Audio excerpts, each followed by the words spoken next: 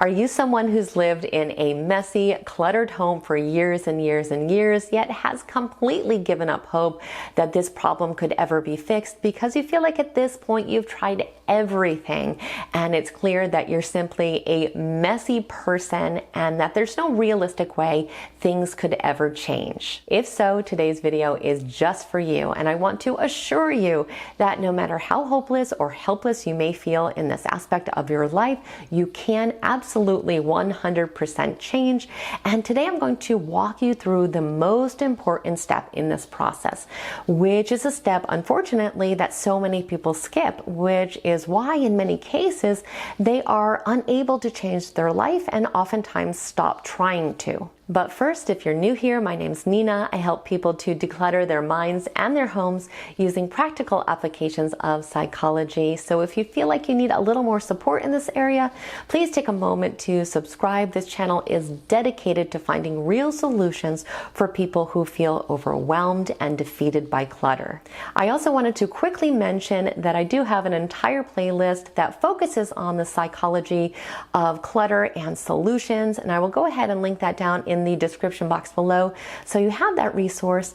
But today I really wanted to focus on that idea or that belief that we are just a messy person, why that's such a damaging form of self-sabotage, and how we can really learn to change that belief and therefore change our behavior. Now, if you've been watching the channel for a while, you know that I used to greatly struggle with mess and clutter, but I was able to completely transform this area of my life, which is why I make these videos. I want people to know that it is possible to change and explain exactly how we can make that happen. But before I made that transformation, like so many of us, I absolutely thought of myself as just a messy person.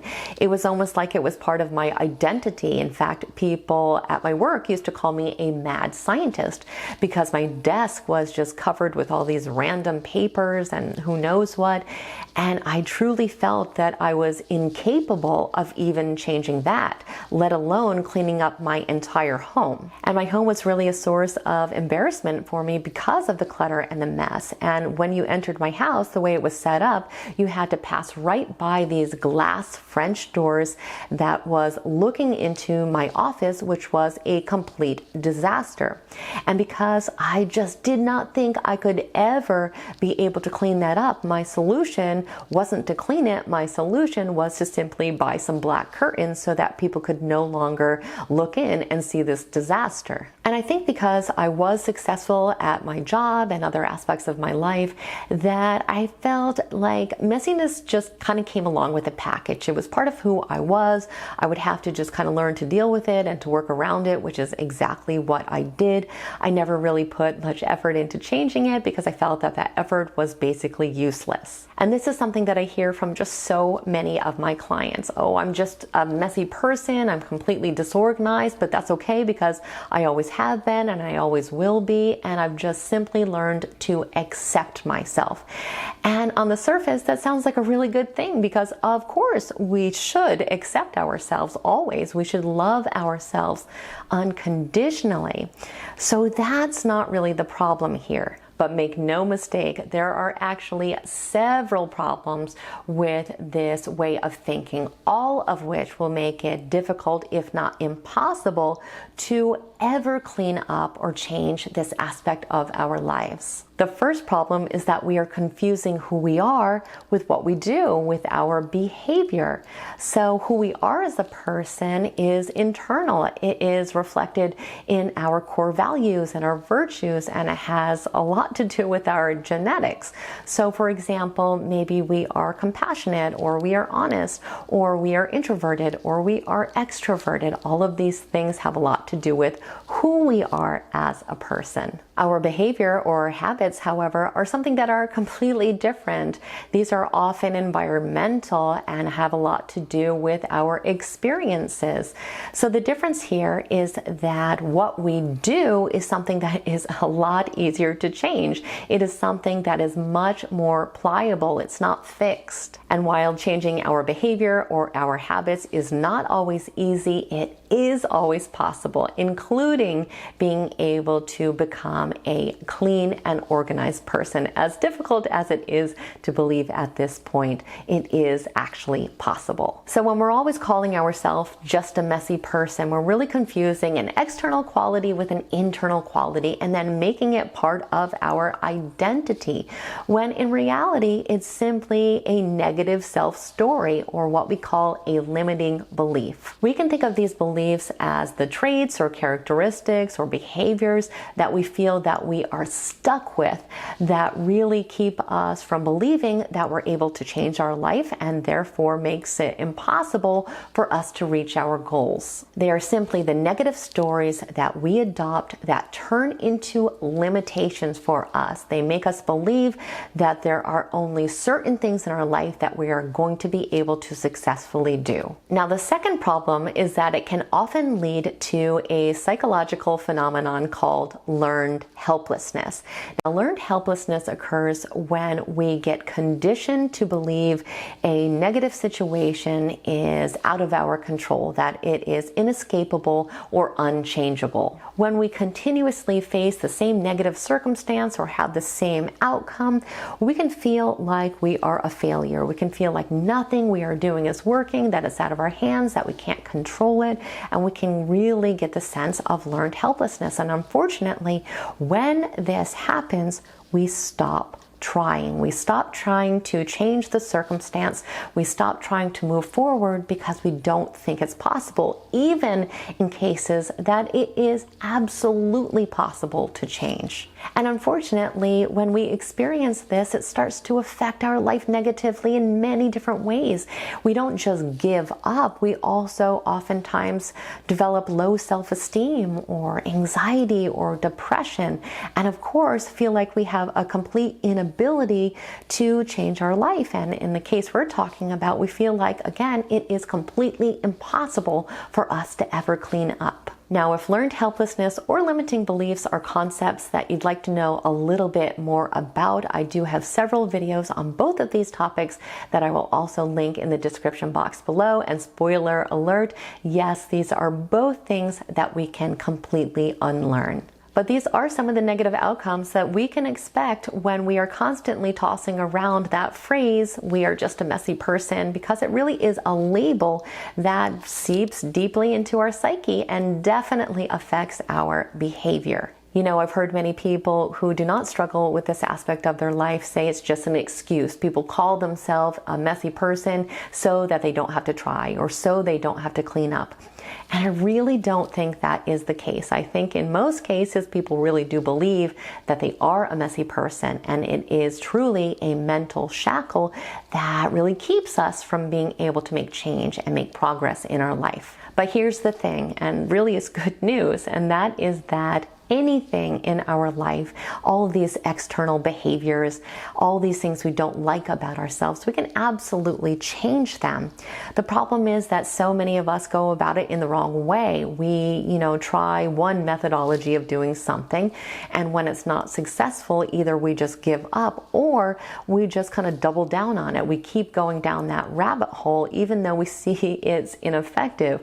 We never really change up the game plan. We don't get to the root of the actual problem in most cases, and we just aren't really trying in a way that is ultimately going to be effective. And once that happens, we just don't think it's fixable anymore. We just think it's hopeless. We think it's something that we have to work around or something that we have to live with, which of course isn't the case at all. And even though today we're talking about clutter, this can be applied to any aspect of our life. Limiting beliefs and these negative self-stories influence so many aspects of our life. Maybe deep down we really want to play piano or drive a stick shift or learn technology, whatever it is, and we feel like we simply can't, only because we have this limiting belief. We've developed this negative self-story that is creating a wall. It's creating a boundary.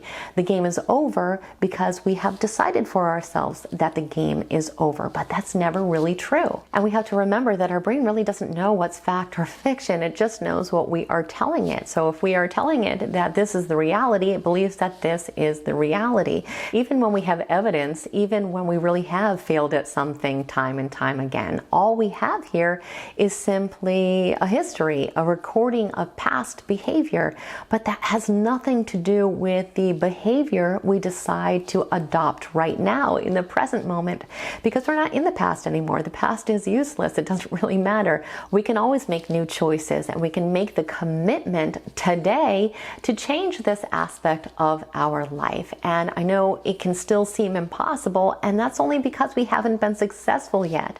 And if we haven't been successful, there is a reason for that, which is what we have to figure out.